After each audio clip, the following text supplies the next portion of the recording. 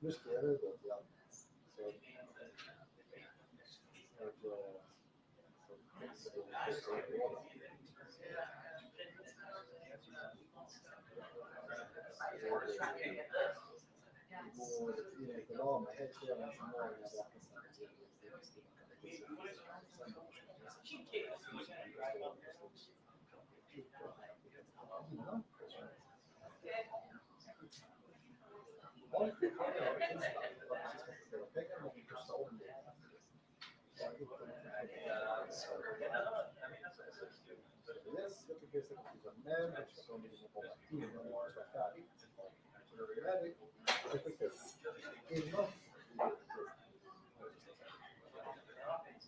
Så absolut måste också vara säker på det hela tiden. Som vad kräver varsvets med Karine hur tar ni resurser?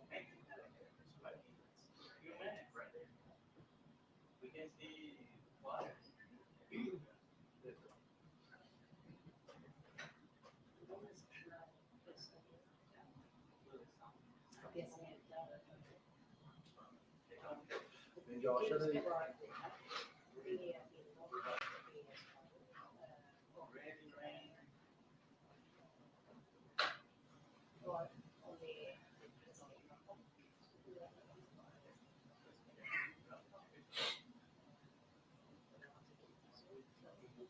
finns pengarna som kan få själva och det ska få styra om man gör en viktig fälla så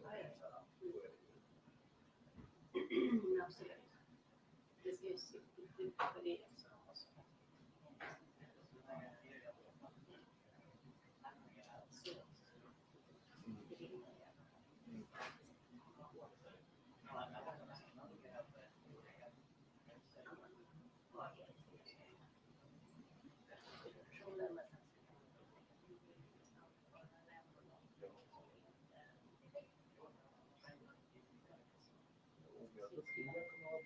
Jag tror att om vi har en kleiner så tror jag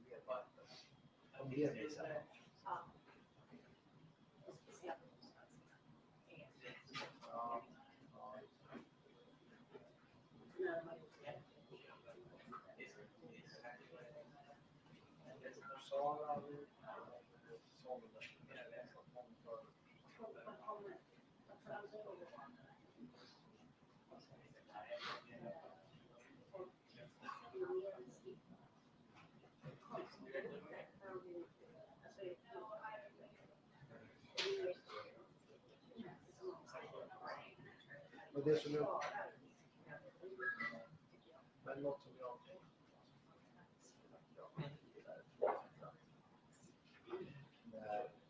när den här gör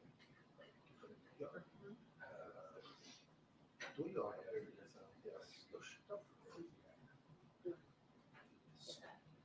nej, bara det där ska göra som intervjuer med de viktigaste personerna som också bara finns som objektivt visar sannolikt från Sverige och månad. Men de har inte deras största och det gör de storiesarna.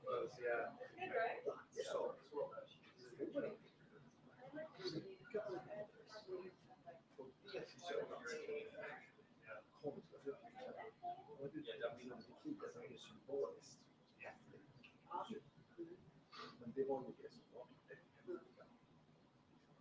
Hade de samtidigt fattat sin sen är det så. Just by så. Om man får en extremt det gör det utfrestande. Sen bygger hela programmet kring den här delen. Det var ju rätt.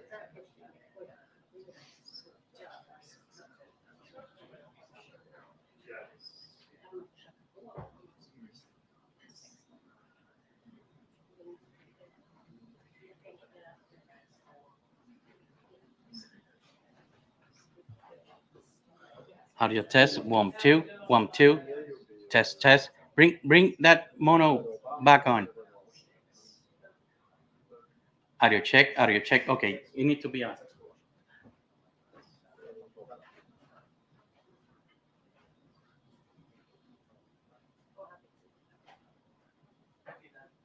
Jo, det har ju bra, men så är det ju.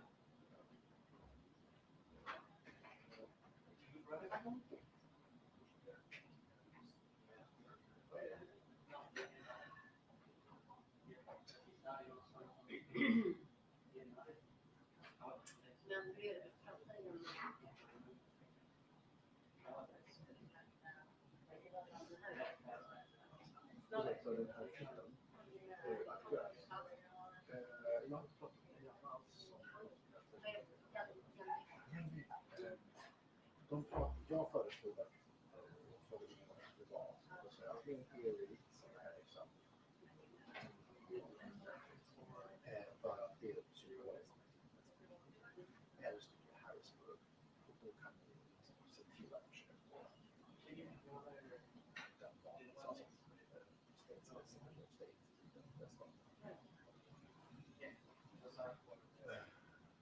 som är just bara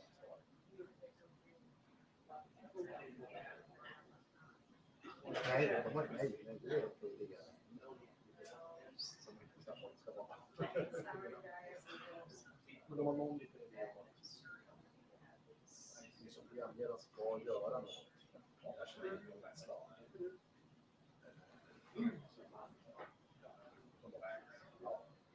Och det är väl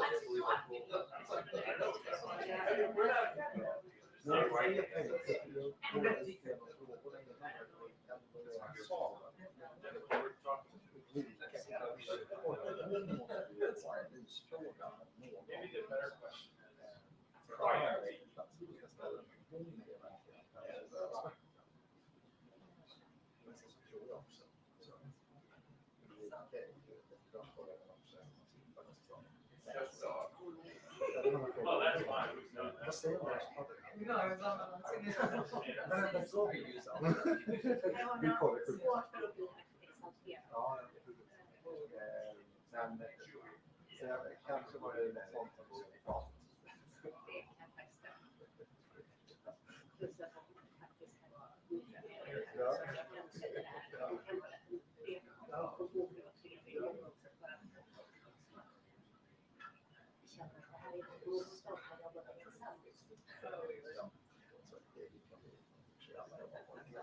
jag med, men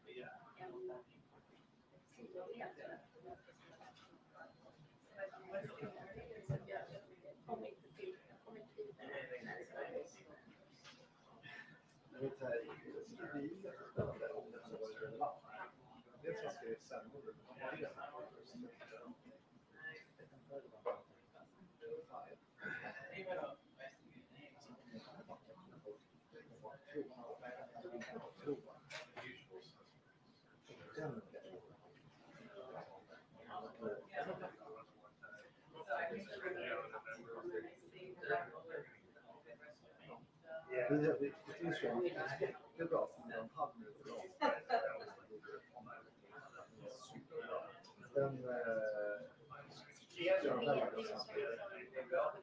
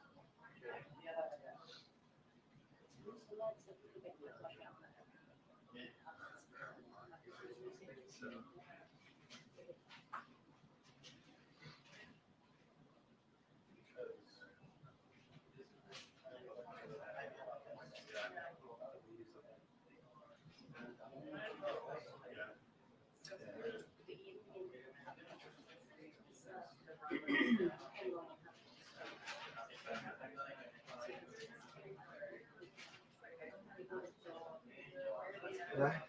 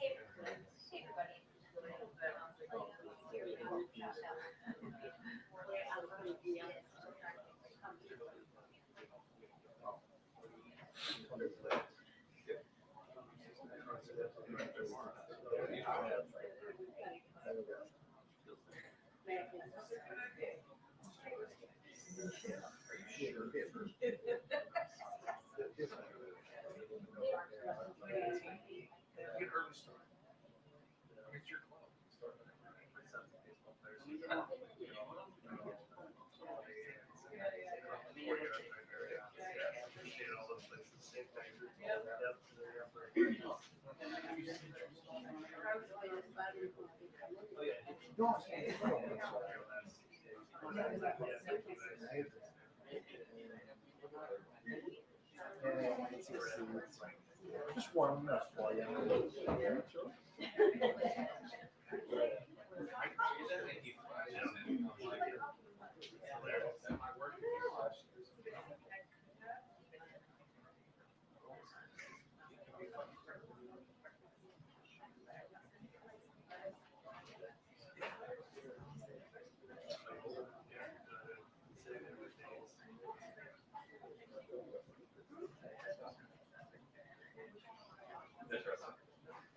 So then this is.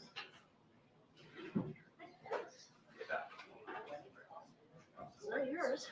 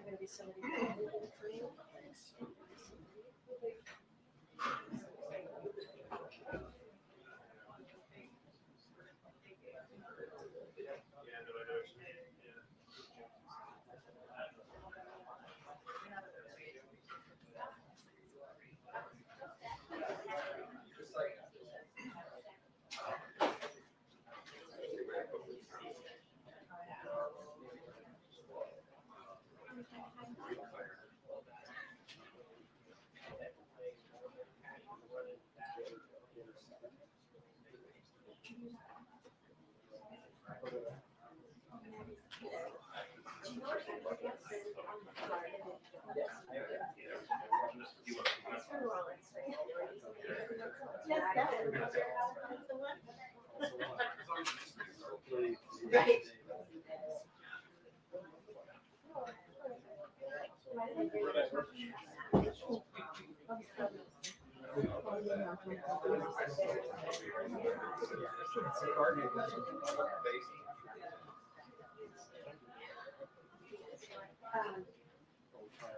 Why?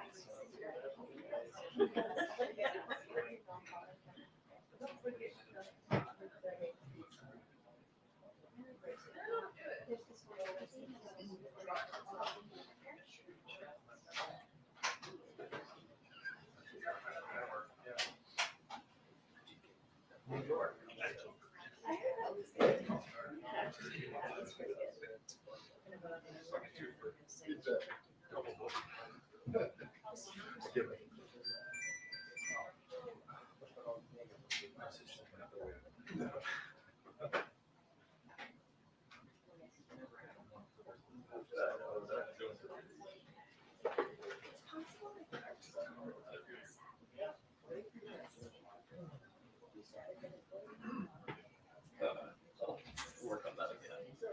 I think it's really good.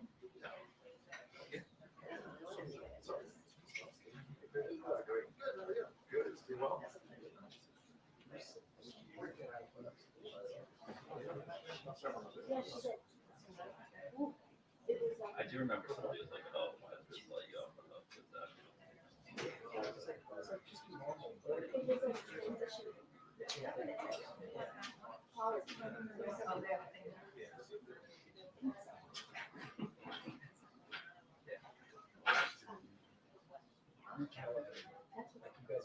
That's right.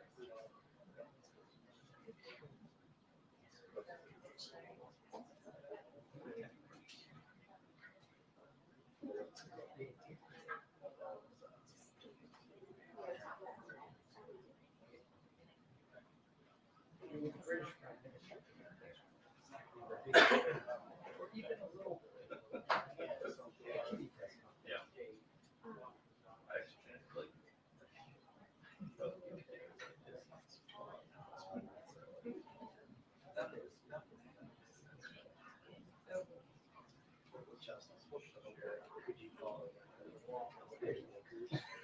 It's a big lad.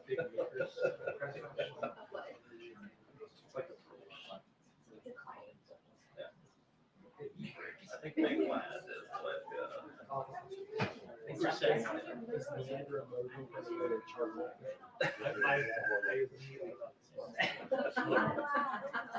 These are jokes that very few people will understand. That is from you.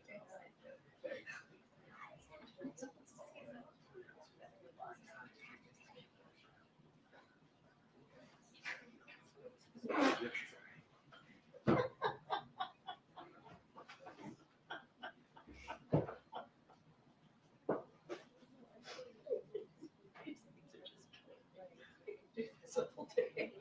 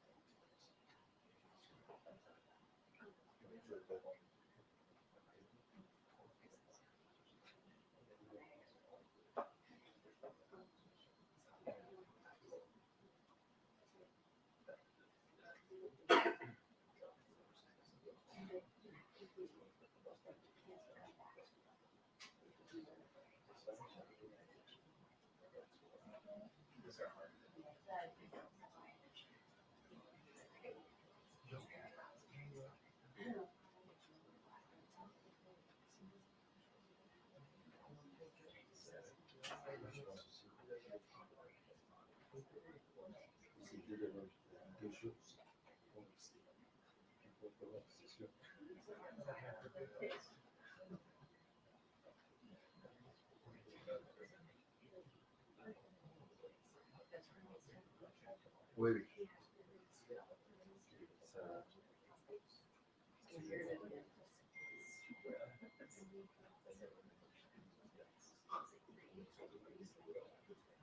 C'est bizarre.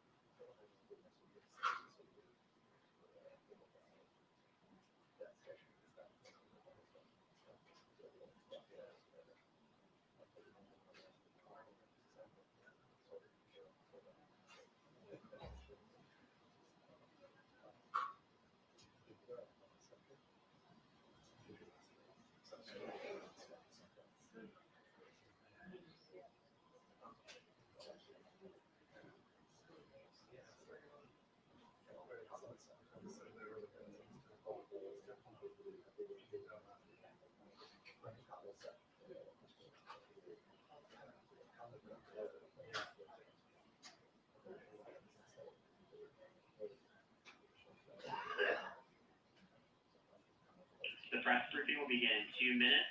The press briefing will begin in 2 minutes.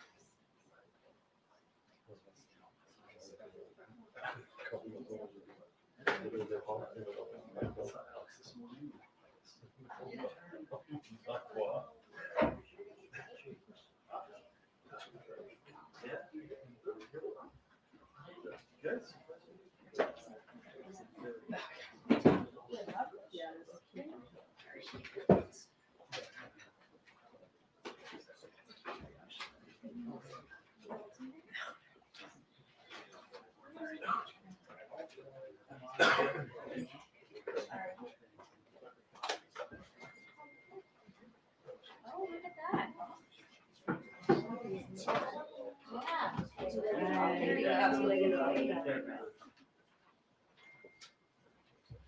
I'm just glad you guys are here. It's like, where's everybody?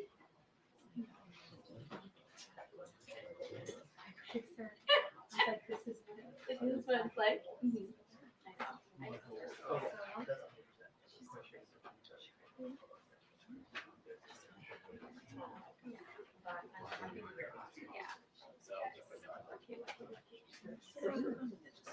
She is.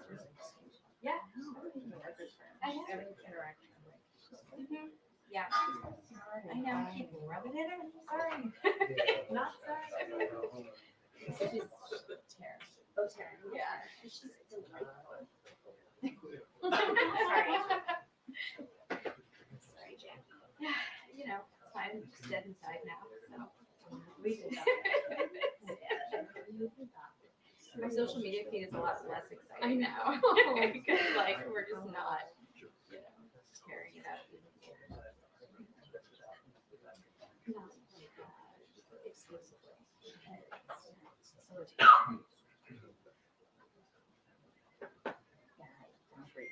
I mean, it was bound to end at some point. I was right there, either zero to the biggest mistake they ever made, or they just gave up to us. Sometimes we're so. Yeah, I don't know about those. Might not be. Oh.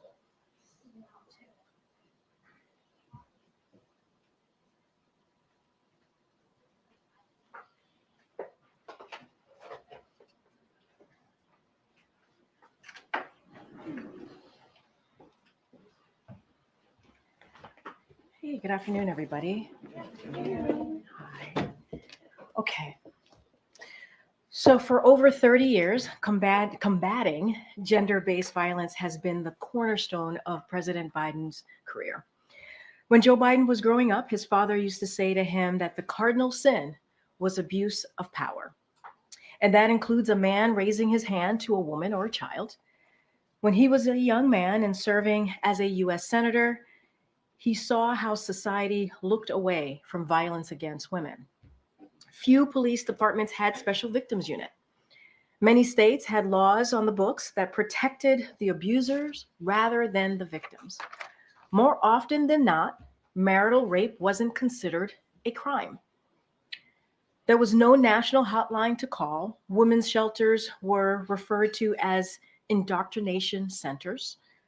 All of this was completely unacceptable to Joe Biden.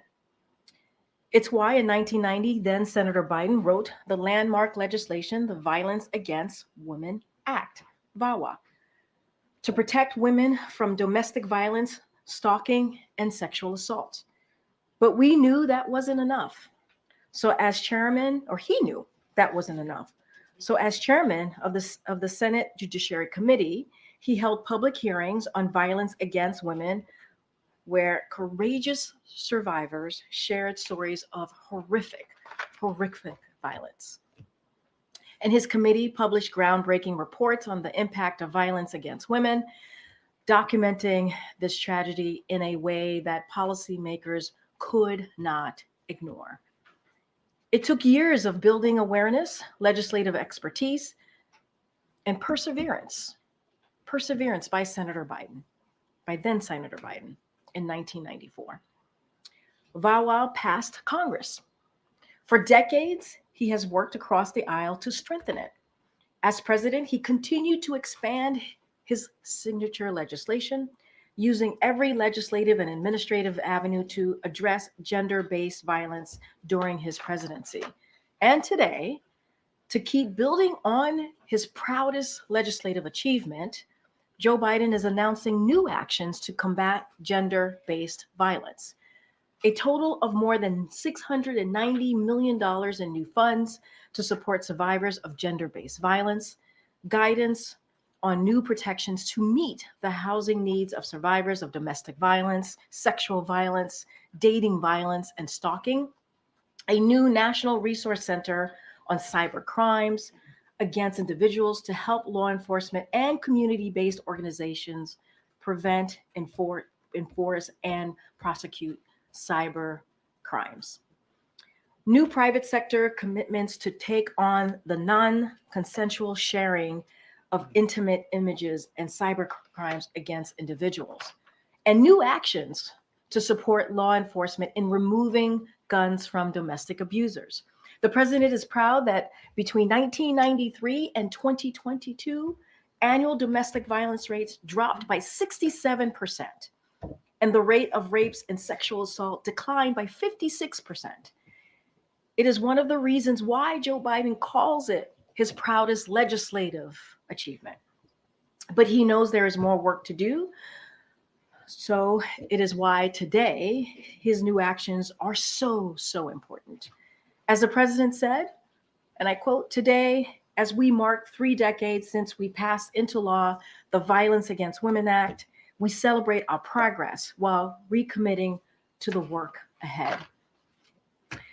Also, the president and his senior team are closely monitoring the impacts of Francine as it moves through to the southern United States.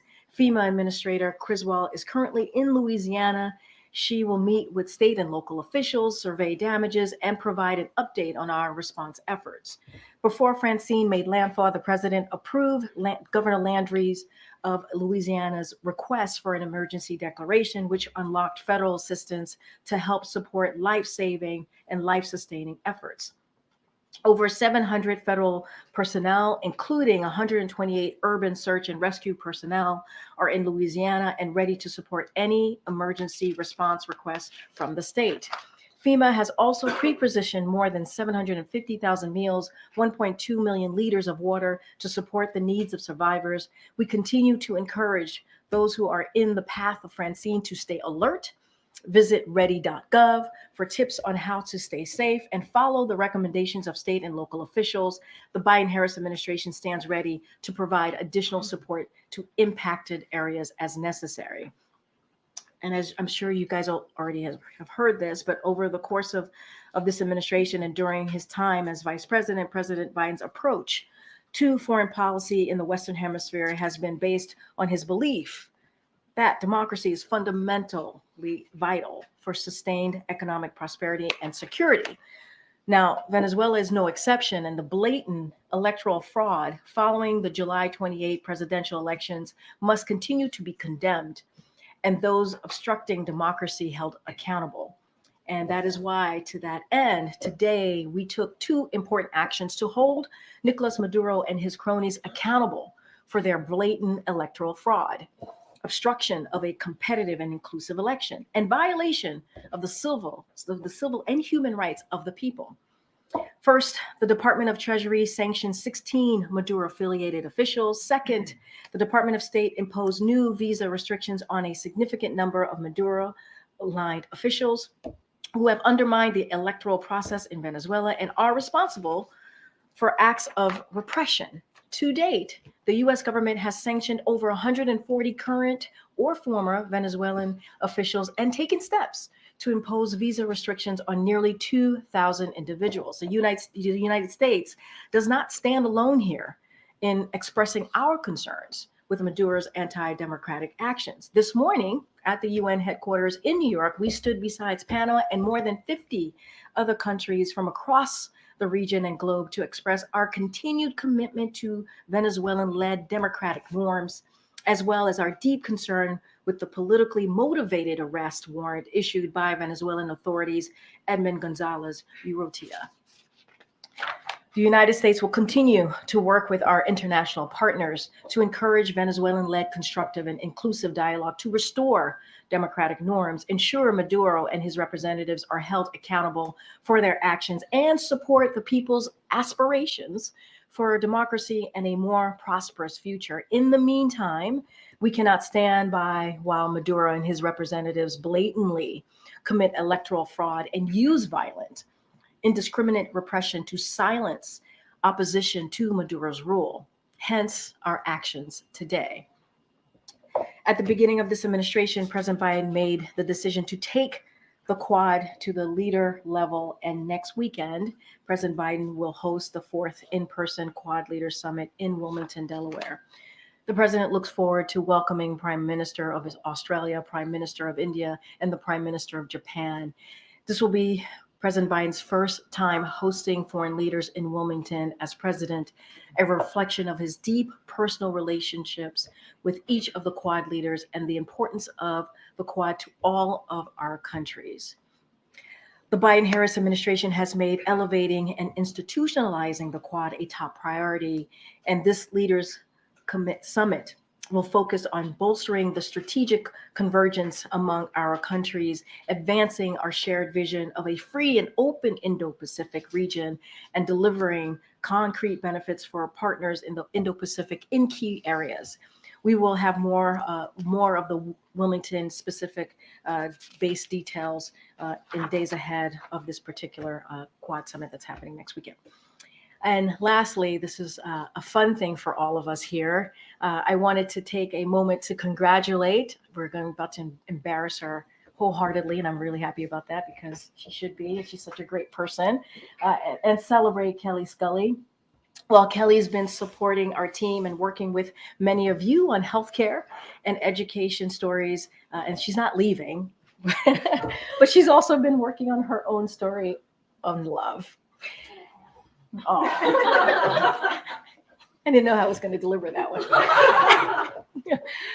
Anyway, Kelly and her fiance, Joe, who is here in the back of the room. Kelly does not know this.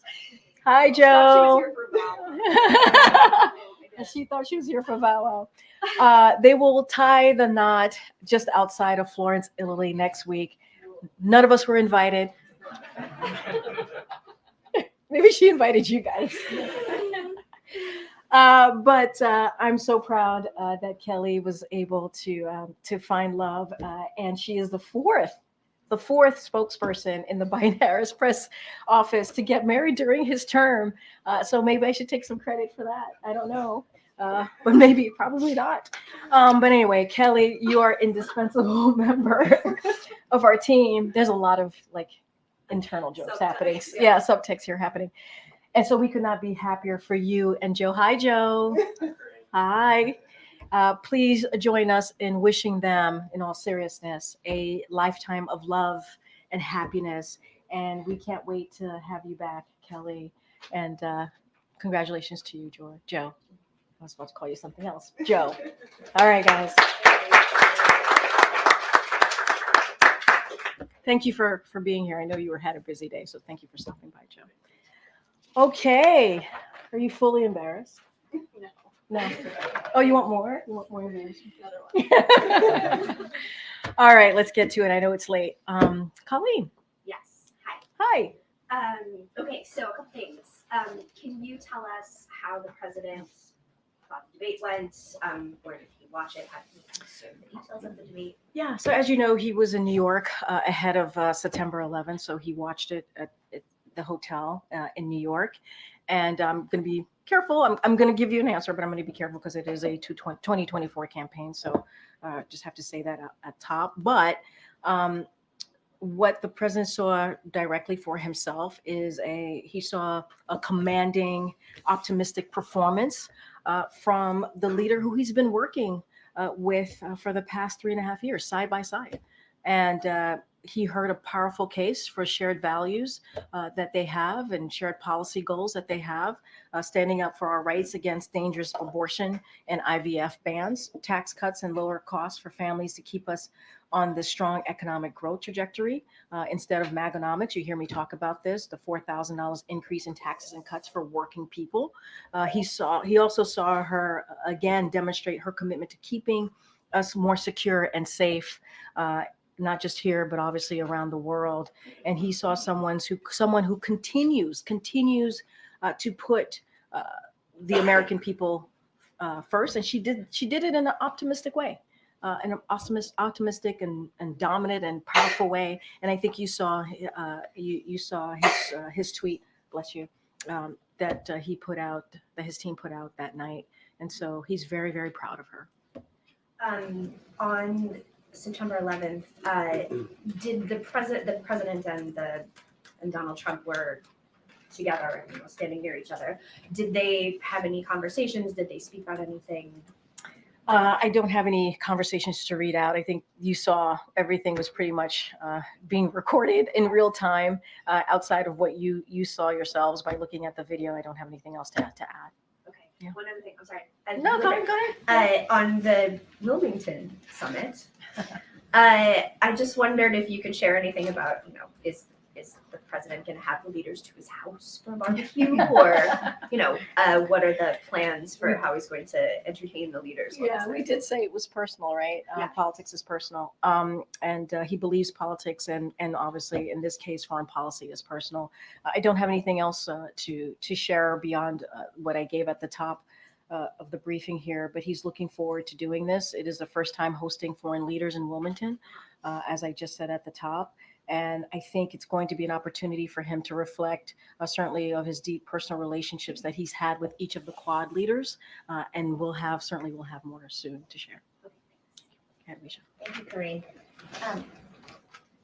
There is a woman named Laura Loomer who recently tweeted that if the vice president wins the election, the White House will smell like curry, and White House speeches will be facilitated via a call center, among other things. She recently traveled with the former president, and I wonder if President Biden has read these remarks and his response. Let me tell you our response from here. It is repugnant, these types of comments. It is un-American to say these types of things, exactly the kind of hateful and divisive rhetoric that we should denounce, and we should not be part of the fabric of this country. It doesn't matter what your political views are. You should stand and condemn these types of just repugnant words. No leader should ever associate with someone who spreads this kind of ugliness, this kind of racist poison. That's what this is. And who continues to fan these types of dangerous and insulting conspiracy theories, like the false notion that the tragic 9/11 attacks were an inside job. We were you all saw leaders and family members tell their stories yesterday, especially at Ground Zero in New York City. We all, I'm sure, many of us have personal stories of that day, 9/11 of 2021. And more than 2,000 lives were lost. 2,000. And to say that it's an inside job, and to spread that is insulting. And we should not, no leader should be connected to that or spreading that. And as the President Biden has always said, it's our duty. It is our duty as Americans to give hate no safe harbor, and to bring the country together around our shared values, and to recognize and appreciate the unique strength that our diversity gives us as a nation. He says this all the time. Our diversity is our strength, and that's what we should be following. On a related note, during the debate, Trump spread false claims and lies about immigrants eating pets in Springfield, Ohio. The city manager disputed those false claims, and today, City Hall was evacuated after a bomb threat was sent to city agencies and media outlets. Does President Biden believe Trump's words and rhetoric contributed to those threats today? So look, I want to be super mindful. We are aware of the reports of a bombing threat, as you just stated, in Springfield, Ohio. At City Hall, local police obviously is investigating the situation, and we encourage everyone to follow the public safety guidance. I don't want to speculate from here the source of the bomb threat, but I do want to take a step back. I think it's important that all of us take a step back here. and just lean on the facts here. The Springfield, Ohio Police Department has debunked this very bizarre and very hateful smear that's out there. It is what is happening here is an attempt to tear apart communities and disrespect. Let's not forget also disrespecting law enforcement. And that is the opposite of what our country deserves. It is undignified and an insult to all of us as Americans, not just one community, but to all of us as Americans. And it is spreading filth that makes the lives of the communities that are being smeared here, it puts their lives in danger.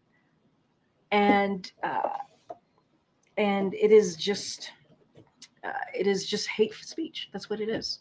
And some of the news organizations here have reported that some Haitian immigrants are fearing for their safety right now because of a result of conspiracy theory. This is what this is.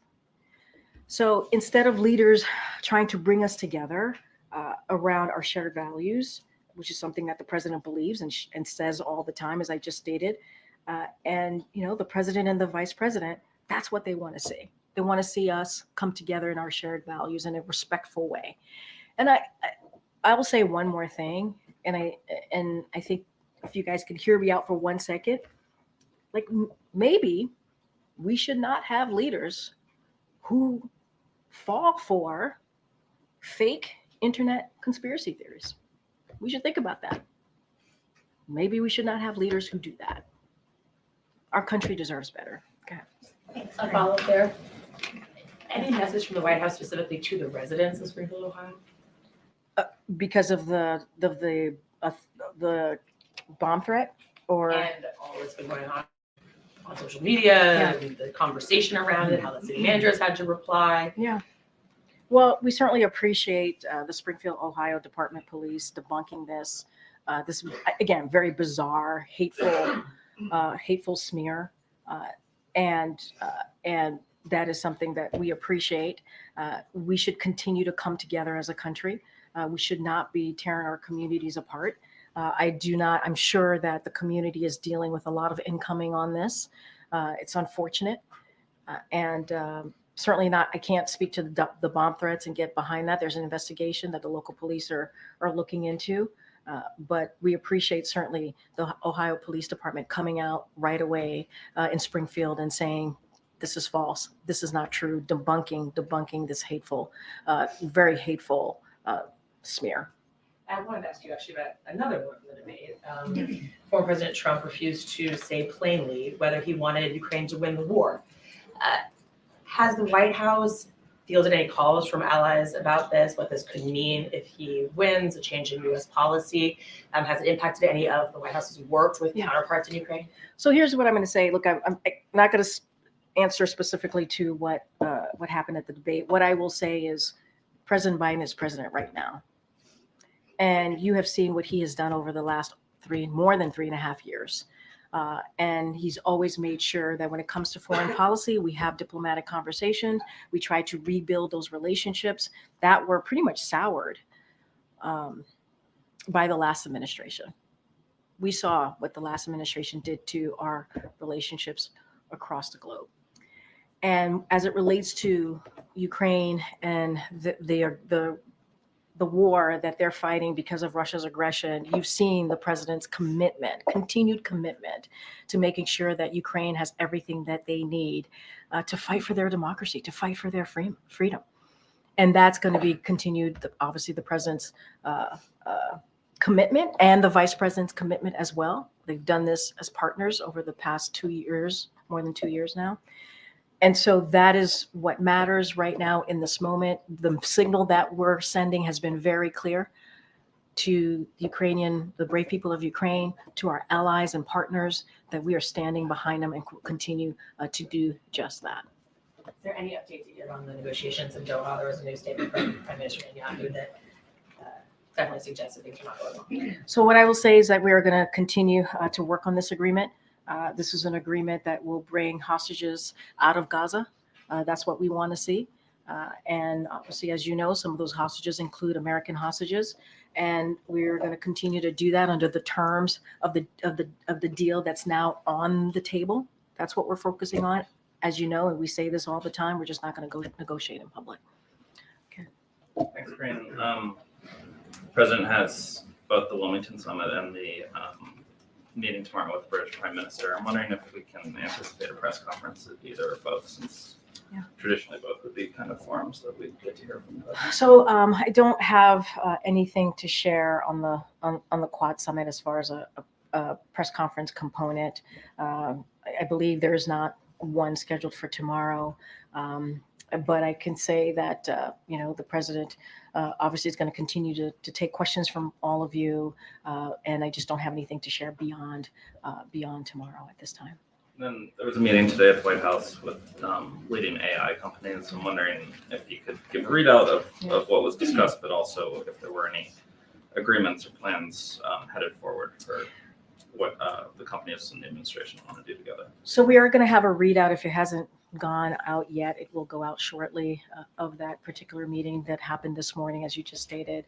It included White House officials from across the campus: Jeff Zients, Lael Brainard, Jake Sullivan, Bruce Reed, and Secretaries of Commerce and Energy were all there, and we'll have a full readout, hopefully momentarily, that should hit your inboxes. And so I think what you can take from this particular meeting is the continued commitment from the president and the vice president to deepen our U.S. leadership as it relates to AI, and by ensuring data centers are built in the United States while ensuring the technology is developed responsibly. And so that is part of what was discussed in the meetings today. And we're talking about, AI companies, hyperscalers, utility companies, and all of this was to talk about, again, the data center development of AI. The meeting focused on accelerating public-private collaboration in advance of U.S. leadership in advancing U.S. leadership in AI, and how to meet the workforce, permitting, and infrastructure needs associated with technology. The industry leaders, so you have this, and again, it'll be a more fulsome readout that'll go out to all of you, was Anthropic, OpenAI, Microsoft, Google, and a few others. And this has been the president's commitment, the Biden-Harris commitment, in trying to make sure that we get ahead of this really important technology, and make sure that we continue to show our leadership. As you know, this is something that we've been focused on for more than a year, since July of 2023. Monica. Karine, what we saw yesterday with the president briefly wearing a MAGA hat, since the pool wasn't in the room for that, can you share a little bit more about how that happened and just what kind of message you think it sent? So a couple of things for those, like you said, the pool was not in the room. So I just want to make sure I lay this out so folks get the context of what happened. So the president was in Shanksville Fire Station, one of the locations, obviously, of where the plane was taken down on September 11th of 2001. So the president gave an impromptu remarks about bipartisan unity. That's what he was talking about. And he talked about it in the moment of September 11th. That's what we experienced after 9/11, and said that we needed to go back to that bipartisan unity as a country. And so he made those remarks, impromptu remarks, to some of the folks who were there on that day. And he offered a presidential hat to a man who was wearing a Trump cap. He was wearing a Trump hat, and he offered it to him as a gesture. And in return, the man said that in the same spirit, the president should put on his Trump cap. And so the president did, very briefly.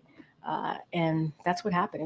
It was truly a back and forth about unity, and the president remembering a moment in time after a horrific incident on that day, and how the country did come together.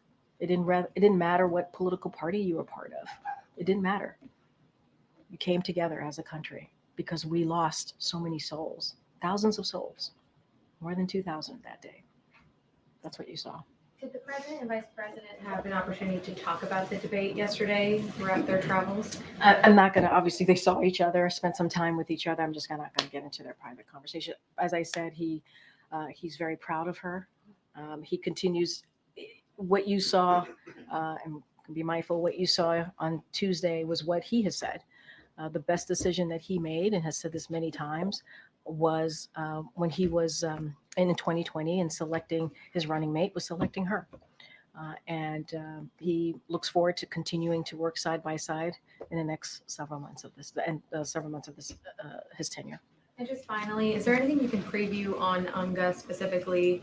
President Zelensky said he does expect to meet with President Biden. He hopes there. Is that something you can confirm? What should we expect from his time in New York? So at this time, I can't confirm any details or specifics of UNGA week. As we get closer, we'll have more to share. We'll have more to share. Hi. Thanks, Karine. Boeing workers are voting on a new labor contract today. Does the president support Boeing workers going on strike after management's proposed contract did not meet workers' demands for a 40% pay rise?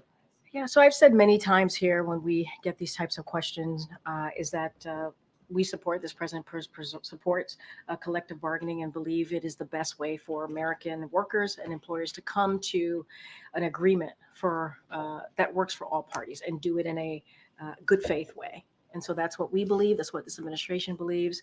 And so we are going to encourage both parties to negotiate in that way in good faith and reaching a strong contract. And so we've said this many times when we hear companies and unions and these types of disputes, and just leave it there. When was the last time a member of the administration spoke to the negotiators in this? I will say that the administration are definitely in touch with the parties, which is not unusual, something that we've done many times before. And again, we continue to believe that the collective bargaining is the best way to reach a solution here for all parties involved, as long as it's done in good faith. If I could add one more. Dozens of state and local election officials raised concerns this week about the Postal Service's ability to get ballots delivered on time. Can you elaborate on what the administration is doing to ensure that the USPS is going to be able to get ballots? So I would refer you to the USPS on this one. Obviously, the president thinks it's incredibly important. Voting is a sacred right, and it should be something that Americans are able to do that and capable and able to make sure they're able to access that important sacred right. That's one of the reasons why very early on in his administration, he signed an executive order to make it easier for people to be able to cast their votes. I would refer you to the U.S. Postal Service on specifics on that. Thank you, Karine. The White House has maintained that the vice president has had a seat at the table and voice in all major decisions that President Biden has made during his term. At the debate on Tuesday, she distanced herself from the president, saying, "I am not Joe Biden. What I do offer is a new generation of leadership for our country." And I would remind you that the president also said in many times, I'll point you to the Oval Office address, that he was passing the torch over, right, to a new generation. And he was proud to do that. He did it in an incredibly patriotic way, in a selfless way. And that's what he was doing. And he said it himself. What I will say is that all you have to do is look at what the president and the vice president has done together. And that is something that she continues to support. What we did to turn the economy around, what we did to make sure that we lower cost when it comes to whether it's healthcare, whether it's energy costs. She was the deciding vote on the Inflation Reduction Act that mattered. That is, now Medicare is able to be able to negotiate with Big Pharma. We beat Big Pharma, and so she was able to lay out her agenda with the president's supports. We believe they have a shared agenda. That's what we heard. That's what we saw from this vice president. And I'm again going to be really mindful on saying going too much into the debate. But I can speak to believe that she shares responsibility for the agenda of this administration. Yeah, but I mean, yes, they are partners in this. She is a critical partner in what we have been able to do over the last 4 years. But we cannot forget what they inherited going in, right? We can't forget the economy that was in a tailspin. COVID was taking over. More than 3,000 people were dying each day. There was no comprehensive plan on how to deal with COVID. This president and this vice president got to work and put shots in arms and checks in pockets. That matters. And on the optics of the last couple of days, President Biden has made a personal decision when he has encountered former President Trump not to share a handshake with him, which Vice President Harris did twice in the span of 24 hours. Does he agree with that decision? Does he believe that was? She's her own person. The vice president is her own person. She's is allowed to do what she feels is the best thing to do. I cannot speak for how she engages with the former president. She's her own person. And the president has his reasons. I'll leave it there. Quickly, just a clarification on the president's comments on Ukraine. He said earlier this week when asked about the possibility to change the policy for Ukraine to use long-range weapons into Russia, he said we're working on it. A U.S. official later clarified that there was no change in policy. Can you say what exactly is being worked on? So I'm not going to get into the policy deliberations here in public. What I can say is basically what I said in answering one of your colleagues' questions about Ukraine specifically, obviously, which is that we want to make sure our focus is making sure that Ukraine has what it needs to defend itself, to win back their territory, their sovereign territory, to win that back.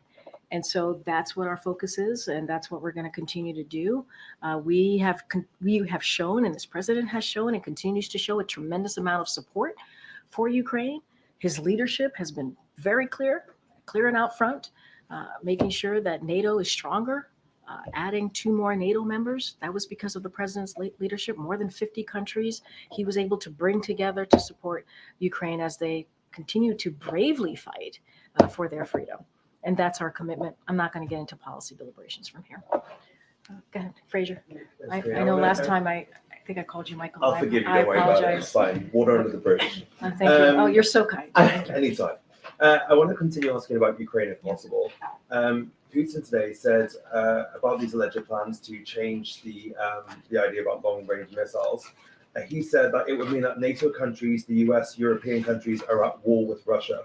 How concerned is the US about that statement? I'm not going to get into hypotheticals. I'm not going to get into internal policy deliberations from here.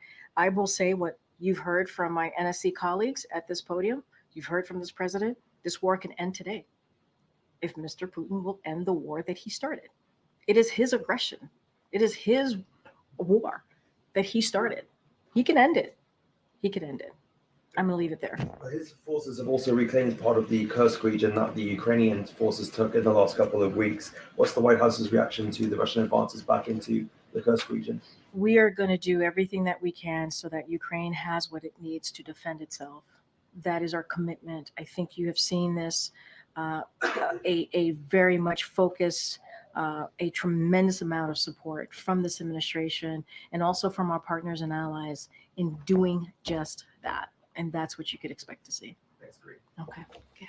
Thank you so much, Karen. Following up on Springfield, you said that these On Springfield. Yep. Yeah, this Ohio. fake theories, about migrants put lives in danger. So how concerned are you about a potential rise in threats or even hate crimes targeting migrants? I mean, when you have national leaders spewing hateful or lifting up hateful rhetoric and bizarre smear that has been debunked, as I just stated when I answered this question moments ago, that is dangerous. That is, yes, we are concerned. It is dangerous. I mean, you all have reported how communities, specifically Haitian communities, are fearing for their life because of how this is being lifted up. And this is about tearing communities apart. And we deserve more. Our country deserves more than that. So there is a concern. Anytime you see this type of rhetoric, this hateful rhetoric, these types of smears, yes, it could lead to dangerous scenarios. And that's why if you are a national leader in this country, if you're a leader of any kind, you should condemn this type of rhetoric. You should condemn it. We deserve more. And again, I talk about our shared values. That's what the president wants. He wants to be able to, so that people to get together around our shared values. And that is what matters. And that is what is important for our country. Okay, Jackie. Thanks, Karine. One more on the Trump hat. What did the president do with it?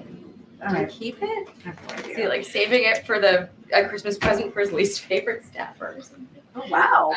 I'm Well, you've thought about that one. Least favorite staffer. Did he walk I don't out know. with Maybe it? it's on my desk right now. I don't know. Okay, on a heavier note, about the economy. There's Sure. a new analysis by the Republicans who are on the Congressional Joint Economic Committee. They looked at 7 battleground states, and according to their analysis, the average household is paying for the same basket of goods and services on average about $1,000 more per month compared to January of 2021. And the numbers are pretty stark in places like Nevada and Arizona. It's almost $1,200 a month. Georgia, it's $1,075 a month. North Carolina, $1,017. Has President Biden's policies positioned the vice president poorly in these states to win this election? So I'm not going to get into the election. I'm not going to get into her path to victory and what it does for it's just not something that I'm going to speak to from here. What I can speak to is where we are now. Core inflation has gone down. That is important to note because of the work that they've been able to do. You see gas prices going down almost 50%. That's important. You see wages are rising faster than prices are, nearly 16 million jobs created.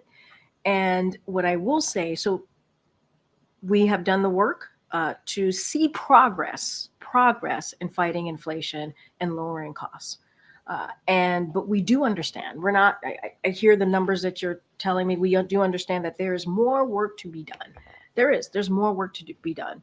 And that's why we're going to do what we can to lower cost by investing in record energy production, for example, building 3 million new homes, capping prescription drugs, cutting taxes for the middle class. Middle class is a president that talks about building an economy from the bottom up, the middle out, and not leaving anybody behind. And we have to talk about what congressional Republicans are trying to do. Raise costs by nearly $4,000 for the middle class. That's what they're doing. They want to cut Social Security and Medicare while giving breaks to billionaires and corporations. That is such an unpopular thing to do, and they continue to want to push that forward. They won't stop talking about it. They want to We went through all of that. Yes, we did. We this went was a in the midterms. We went through Right, all of it. We saw flyers and plans from leaders of the Senate Senate Republicans. We saw that. We saw the back and forth with the president at two State of the Unions, where certainly he pushed back on that and made them say that's not what they wanted to do, but that's what they were saying they wanted to do. They wanted to cut Social Security and Medicare. They've been very clear. This is not just the last 3.5 years. This has been for some time now. And they want to get rid of the Inflation Reduction Act that none of them, by the way, voted for, that beats Big Pharma. They want to get rid of that. That's going to lower cost for Americans. We're talking about important drugs, cancer drugs, diabetes. We're talking about capping insulin at $35 a month for seniors that pay more than $400 You had a month. Landgrainer say that we've turned the page on inflation, but American families aren't feeling that, to the point where the vice president didn't even directly answer the question in the debate.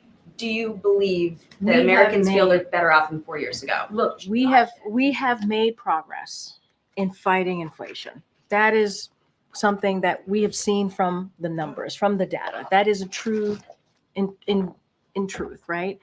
I believe that the VP highlighted on how we are better off, on how off now, as well as her plans to build on that progress. That is something that she talked about. How are we going to build on that progress? And I said this moments ago. We can't forget what this administration inherited: an economy that was in a tailspin. That's what we inherited. It was paralyzed because the former president did nothing during one of the once in a century pandemic. He did nothing. Donald Trump did nothing. We took action on that, and now our economy is stronger than ever. We're out competing China. That's something that we did. Let's not forget, when we took over, violent crime we saw violent crime, murder at its highest in the former president's last year. And now it's at a 50-year low because of the work that we did. And it started with the American Rescue Plan. Again, no Republicans voted for it. They didn't want to vote for something that had money for local communities, local police enforcement to actually have the funding they needed to get more police officers. They didn't vote it. Just say yes to that question. You're going to have to speak directly to her team. What I saw is she laid out how to build on the progress that we've made. That's what we saw. That's what she's talking about. That's what she talks about. Building on the progress that we have made. We had to fix what the Trump administration did. Okay. Thank you, Karine. Israel's UN mission said today that the 6 UNRWA workers that were killed at the IDF strike yesterday at the UN school and shelter were members of Hamas. The UN is neither confirming nor denying this. I was hoping you could give us the US position on whether they are indeed Hamas members. Has Israel shared any evidence that they are members of Hamas? So what I can say is obviously we're aware of the IDF strike in Gaza. And we are indeed concerned about, there are reports of civilian casualties. So we are concerned about that. We're in touch with our Israeli counterparts to get more information in what happened. As you just said, IDF said they were targeting Hamas officials, including those who were directly involved with the horrific attacks that we saw on October 7th. And so we've been clear that, Israel has a right and responsibility to go after Hamas.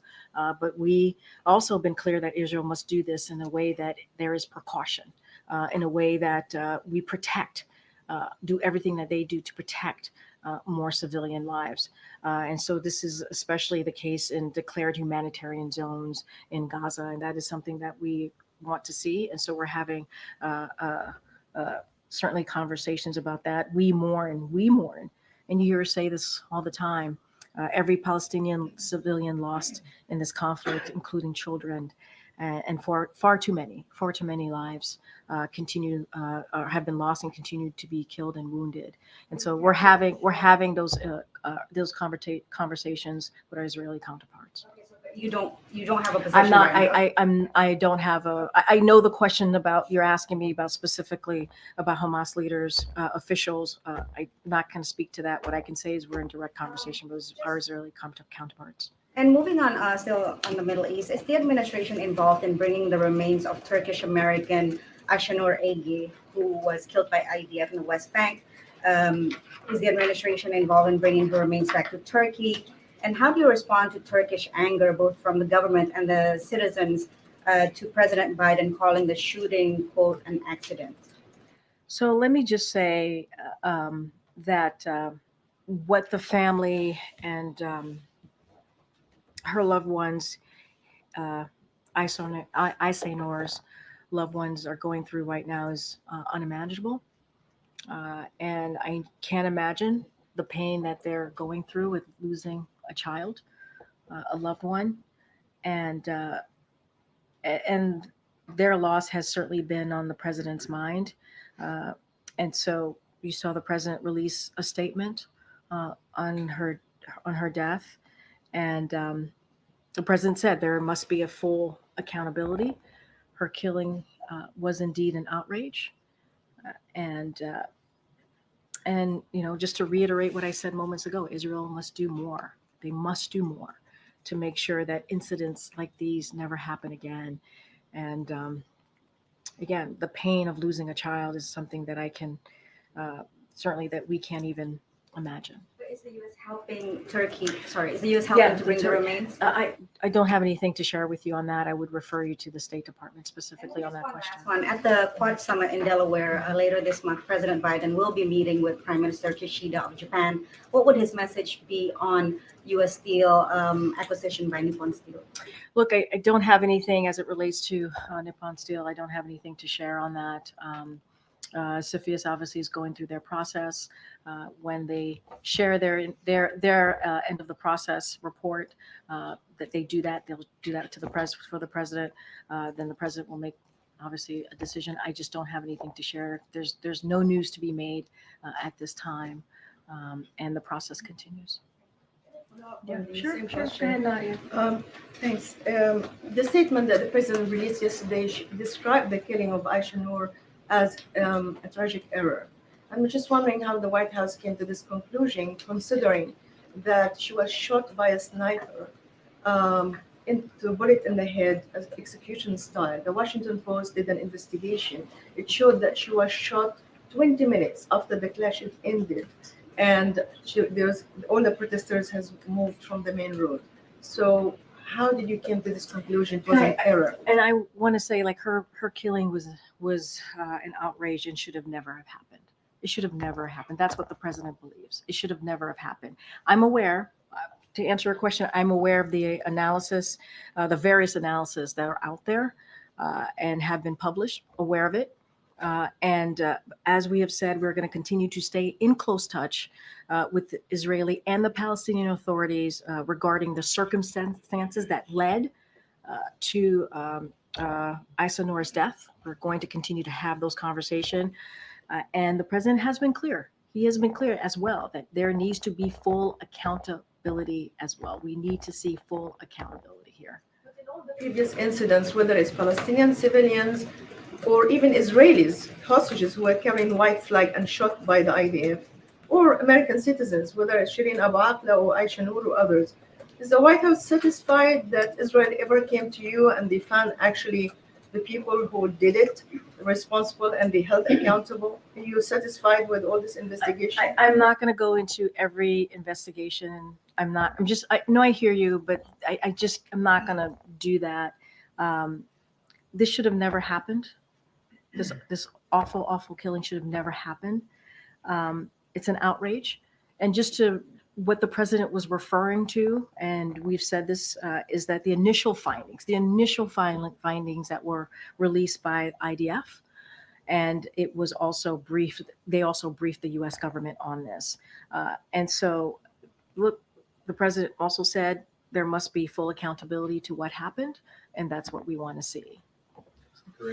Red Cross workers were killed in Ukraine today. I just wondered, why has the president not spoken with members of her family who've said that they've been interested in hearing from him? Yeah, yes, we're aware of that. U.S. officials have been in touch with the family members, and so we are working on additional calls.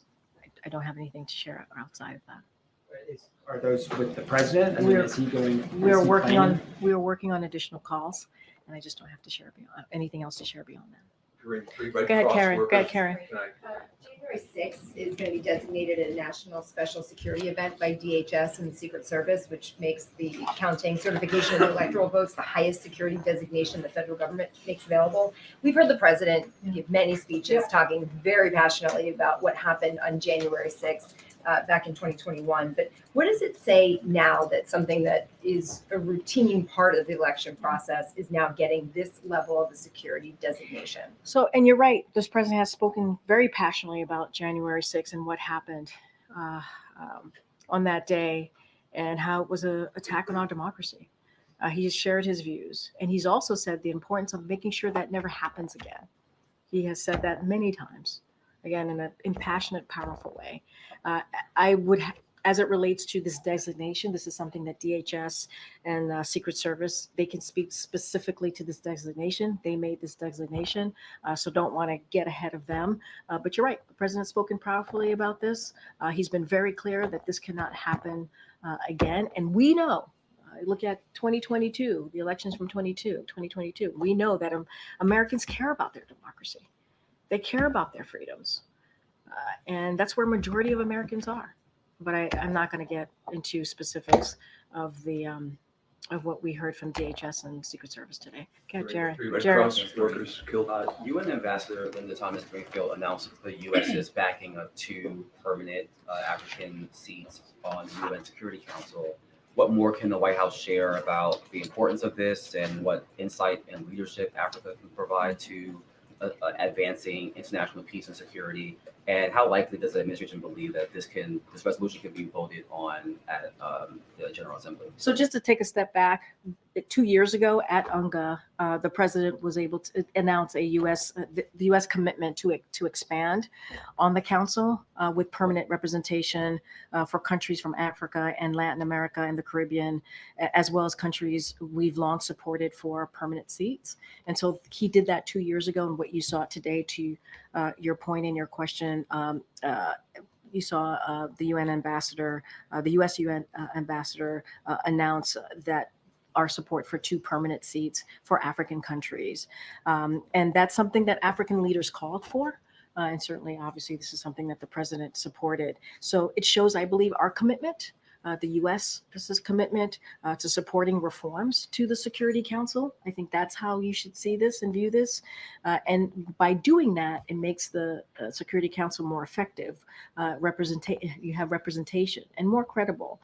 And so any specifics beyond that, I would have to refer you to the State Department. But this is a commitment that you saw from this president 2 years ago coming at UNGA back then. Question. The venture capital firm, the Fearless Fund, closed its grant program for Black women-owned businesses to settle a lawsuit that claimed that the grant was discriminatory. Doing so avoided it going to the Supreme Court that could have ruled in having implications for race-based initiatives in the private sector. Does the White House have any reaction to this decision, this lawsuit? So anything specific to the litigation, it's an ongoing litigation. I would have to refer to Department of Justice. But I will say, and this is something I think I said moments ago, and the president has said, I'm just repeating what the president has said many, many times during this administration, that the diversity is our greatest strength. And that is important. You see that in the policies that the Biden-Harris has moved forward. You've seen that whether it is schools or our militaries or our businesses, even in government. This is the most diverse presidential administration in history because the president and the vice president believes in that. They believe in making sure that when you talk about policy, you're talking about all the communities and you're bringing them together and no community is left behind. This is an ongoing litigation that I can't speak to. That's something for DOJ to speak to. I know I have to get going. The 3 Red Cross Yeah. workers killed in Ukraine today. Can you Go address ahead, that? Ed. Go ahead, Ed. Thanks, Karine. I'm going to ask you about the new census data that came out. It shows that childhood poverty went to 13.7%. It's more than double childhood poverty in 2021. So why aren't things getting better with all the programs and the money that's been spent or signed into law under the Biden-Harris administration? So, and I am really glad that you brought this up. If you think about the first year, and I kind of spoke about this a little bit in the past, 40 minutes or so being at the podium, is that what we were able to do because of the American Rescue Plan is that we were able to cut child poverty by nearly half, and that's a record low. And that's because we were able to expand on the child tax credit. And again, the American Rescue Plan, not one Republican voted for that plan. Not one. Especially if you just think back what was going on during that time. And they decided not to vote for it. Again, economy was in a tailspin. And to this day, Republicans have refused. They continue to refuse, repeatedly blocked our attempts to restore that expanded child tax credit. Again, you're talking about poverty. That's what it was able to do. And what it did is lift millions of children out of poverty. And this just happened as recently as last month. Senate Republicans blocked a bipartisan bill to expand the child tax cut. So we can build on what we were able to do the first year. Republicans are getting in the way. They're getting in the way. But we had $904 billion in non-defense spending in 2024. And you're telling me that only the child tax credit is the way to fix child We poverty? saw what passing the American Rescue Plan, which expanded the child tax credit within it, was a provision. It was part of the American Rescue Plan. And because we were able to expand the child tax credit, the data showed that child poverty was cut down by nearly half. And one of the ways, obviously, when you see that, what you want to do is continue to expand the child tax credit. That's what Democrats wanted to do. That's what Republicans don't want to do. That's what the president wanted to do. If you see something that works, as a legislator, don't you want to continue it? Don't you want to continue something that works? They got in the way. So if you're talking about child poverty, we know how to deal with it, and they refuse to